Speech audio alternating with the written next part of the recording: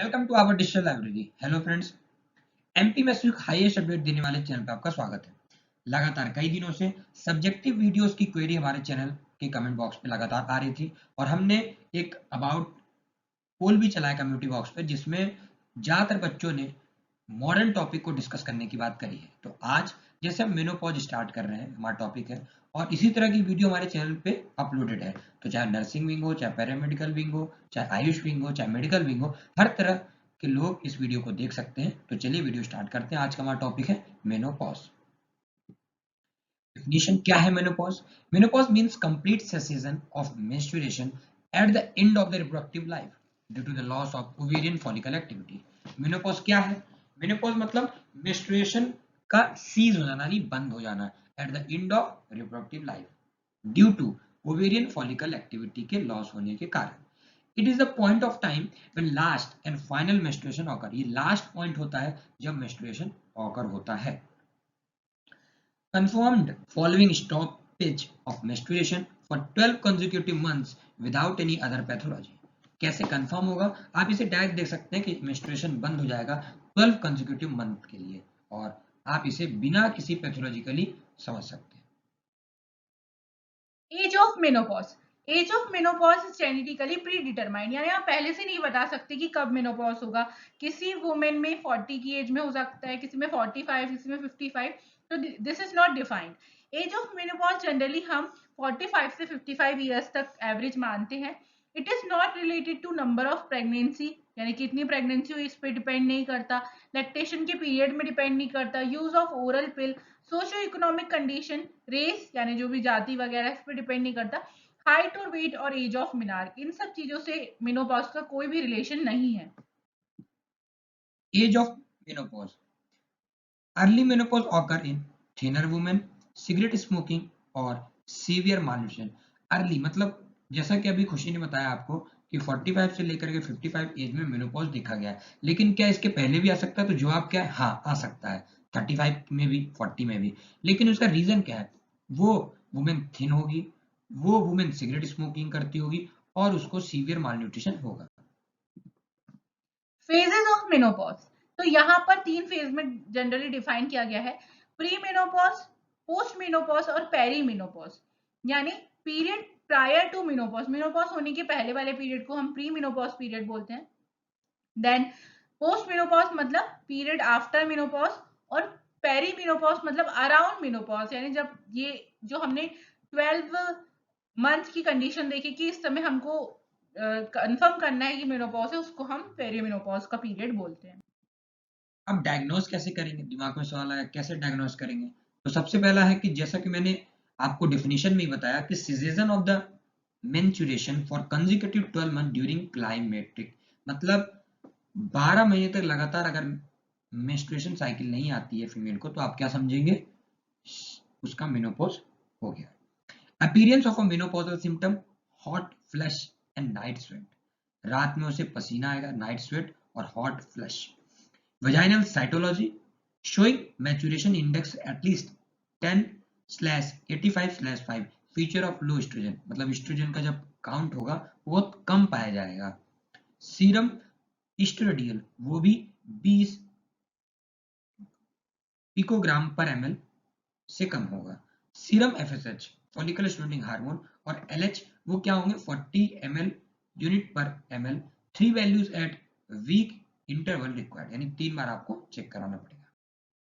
Perimenopause में क्या क्या सिम्टम्स दिखेंगे? तो oestrogen decreases as ovaries run out of egg, ovulation become irregular, progesterone not produced if ovulation does not occur, period become irregular, thickness of uterine lining varies according to hormone level। Perimenopause यानी menopause होने वाला है, उसके पहले का period है, तो वहां पर एस्ट्रोजन का लेवल डिक्रीज हो जाएगा, प्रोजेस्टेरॉन रिलीज नहीं होगा, ओव्यूलेशन नहीं होगा, पीरियड इरेगुलर हो जाएंगे और यूट्राइन थिकनिंग भी हमें वेरी करने लगेगी। लेकिन पोस्ट मेनोपॉज में यानी आफ्टर मेनोपॉज क्या होता है? तो बहुत ही कम अमाउंट में एस्ट्रोजन रिलीज होता है, ओव्यूलेशन तो बिल्कुल भी नहीं होता, प्रोजेस्टेरॉन भी प्रोड्यूस नहीं होगा बिकॉज ओव्यूलेशन भी नहीं हो रहा, कुछ भी नहीं हो रहा, और पीरियड्स टोटली सीज हो चुके होते हैं। इसको हम पोस्ट मेनोपॉज के सिम्टम्स कह सकते हैं। Cause of menopause.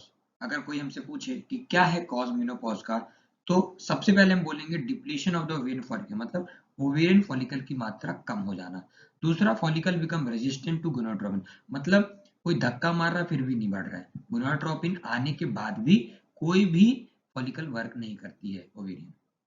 अब हम सिस्टम वाइज देखेंगे तो सेंट्रल नर्वस सिस्टम में वैसोमोटर सिम्टम्स देखे जाएंगे, sleep disruption, depression, anxiety, cognitive changes और माइग्रेशंस देखे जा सकते हैं। स्किन म्यूकोसल और हेयर चेंजेस में स्किन की थिकनेस कम हो जाएगी, इलास्टिसिटी कम हो जाएगी, हाइड्रेशन कम हो जाएगा, रिंकलिंगनेस बढ़ जाएगा और हेयर लॉस भी बढ़ेगा। सेक्सुअल फंक्शन में देखेंगे तो सेक्सुअल डिजायर कम हो जाएगा, डिसपैरेनिया मतलब इंटरकोर्स करते समय पेन होगा। वेट एंड मेटाबॉलिक चेंजेस, जैसे वेट गेन हो जाएगा, इंक्रीज विसरल एडिपोसिटी, फैट डिपॉजिट होगा, इंक्रीज्ड वेस्ट सर्कम्फरेंस, वेस्ट का सर्कम्फरेंस बढ़ जाएगा। यूरोजेनिटल सिस्टम की बात करेंगे तो वेजाइनल ड्राइनेस देखी जाएगी, वल्वुलर ईचिंग और बर्निंग सेंसेशन पाया जाएगा, dysuria, urinary frequency, urgency, recurrent lower urinary tract infection देखे जाएंगे। मस्क्यूलो स्केलेटल सिस्टम की बात करेंगे तो ज्वाइंट पेन हो और सार्कोपेनिया। नेक्स्ट मेनोपॉजल सिम्टम्स हम डिस्कस कर चुके हैं ऑलरेडी सिस्टम वाइज। बस वैसोमोटर सिम्टम्स में hot flashes, night sweat, urogenital atrophy, osteoporosis, ये एक बहुत ही ज्यादा कॉमन सिम्टम है कि आफ्टर मेनोपॉज फीमेल में ऑस्टियोपोरोसिस यानी बोन डेंसिटी कम हो जाती है, तो फ्रैक्चर होने के चांसेस बोन्स के ज्यादा होते हैं।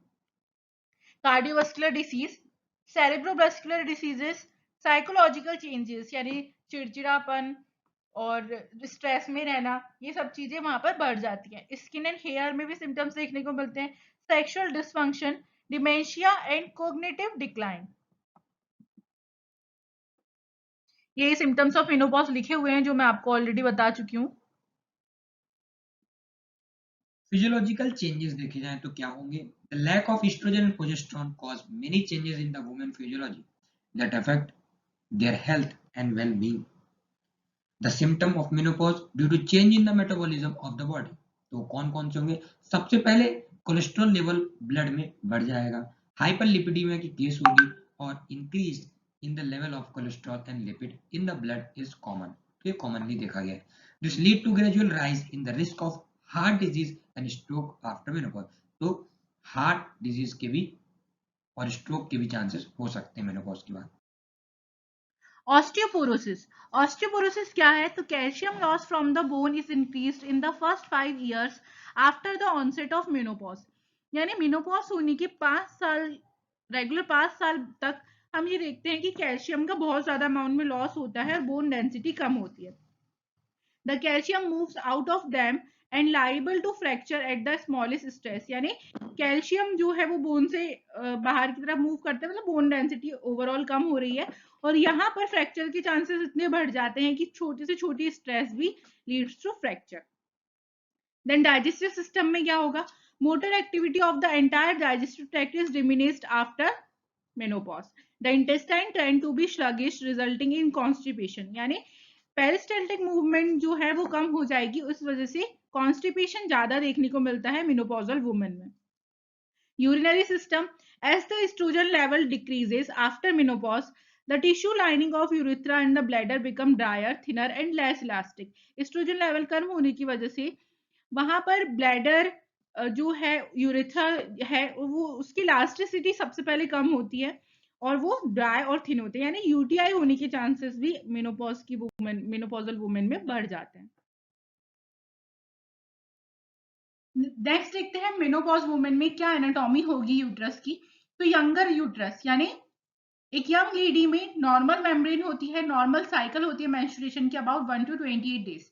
बट ओल्डर यूट्रस यानी ऐसी वुमेन जिनमें मेनोपॉज होने वाला है, उनमें वुल्वा, वेजाइना और सर्विक्स की मेम्ब्रेन में थिनिंग मिलेगी, वेजाइनल ड्राइनेस होगी, लॉस ऑफ इलास्टिसिटी और इरेगुलर ब्लीडिंग होती है और वहां पर शॉर्टर साइकिल यानी 1 to 25 डेज में मेंस्ट्रुएशन आने लगेंगे या फिर 15 डेज 20 डेज, इस तरीके से मेंस्ट्रुअल साइकिल का पीरियड हो जाता है।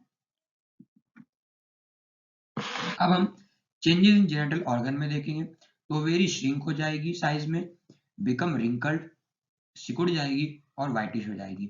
Abundance of the stromal cell which have got secretory activity, और जो स्ट्रोमल सेल होंगे उसमें सिक्रेटरी एक्टिविटी आ जाएगी। फैलोपियन ट्यूब की बात करेंगे तो शोज फीचर ऑफ एट्रोपी, जिसमें आप कोई भी डिवीजन नहीं होगा। सीलिया डिसअपियर और muscle coat become thinner. Uterus की बात करेंगे तो become smaller, endometrium becomes thin and atrophic, cervical secretion becomes scanty, यानी कम हो जाएंगे। वेजाइना में क्या क्या चेंजेस देखने को मिलते हैं तो मैं पहले ही बता चुकी हूँ, नैरो हो जाती है और loss of elasticity. Epithelium becomes thin. Vaginal pH also becomes alkaline. पहले एसिडिक पीएच होता है but after menopause alkaline pH हो जाता है। वल्वा में shows features of atrophy, degeneration होने लगेगा। Labia becomes flattened and scanty pubic hair, narrow introitus. Then breast fat reabsorbed and glands atrophy, nipples decrease in size, breast become flat and pendulous. Postmenopausal period में there is a atrophy of vaginal epithelium due to diminished estrogen secretion, यानी estrogen secretion कम हो गया, इस वजह से vaginal epithelium में atrophy देखने को मिलती है। Thin serous discharge होने लगता है, occasionally blood stain and associated with itching and burning. Small areas of granulation and ulceration along with slight vaginal bleeding में डेवलप, यानी वहां पर आपको अल्सर्स भी देखने को मिलेंगे वेजाइना में और वहां पर थोड़ी बहुत ब्लीडिंग भी हो सकती है। मोस्ट कॉमन कॉज क्या होता है? Abnormal vaginal discharge is atrophic vulvovaginitis, यानी एक इन्फेक्शन इन्फ्लेमेशन होने के चांसेस होते हैं। साइकोलॉजिकल चेंजेस देखेंगे तो फ्रीक्वेंट हेडेक आएगा, इरिटेबिलिटी इरिटेशन होगी, फैटिक थक जाएंगे, डिप्रेशन होना, इनसोम्निया रात को नींद नहीं आना। ट्रीटमेंट क्या कर सकते हैं हम मेनोपॉज में?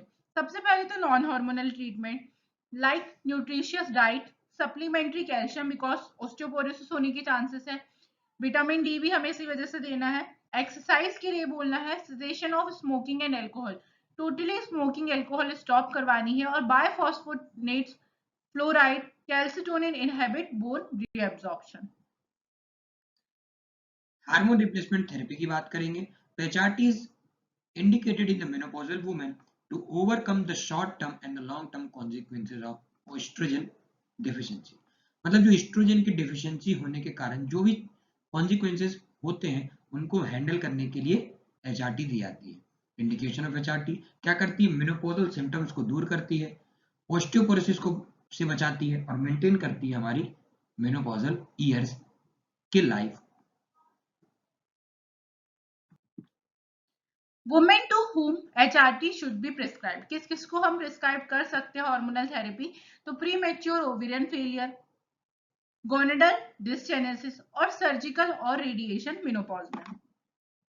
बेनिफिट ऑफ एचआरटी की बात करेंगे तो क्या करेंगे? वैसोमोटर सिस्टम में इंप्रूवमेंट लाएंगे, यूरोजेनिटल एट्रोपी को इंप्रूव करेंगे, बोन मिनरल डेंसिटी को इंक्रीज करेंगे, decrease risk in vertebral and risk fracture, reduce in कोलेक्टल cancers में और पॉसिबली कार्डियो प्रोटेक्शन।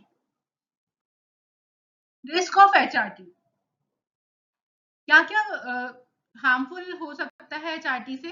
तो एंडोमेट्रियल कैंसर होने के चांसेस होते हैं, breast cancer, venous thromboembolic disease, coronary heart disease हो सकती है, लिपिड मेटाबॉलिज्म, डिमेंशिया और Alzheimer. Contraindication of HRT, undiagnosed genital tract bleeding, अगर डायग्नोस नहीं किया गया तो जेनिटल ट्रैक्ट की ब्लीडिंग होगी, oestrogen dependent neoplasm in the body, oestrogen की डिपेंडेंट न्यूप्लाज्म जनरेट होगा, हिस्ट्री ऑफ वेनस थ्रोम्बोएम्बोलिज्म पाया जा सकता है, एक्टिव लिवर डिजीज हो सकती है और गॉल ब्लैडर डिजीज हो सकती है।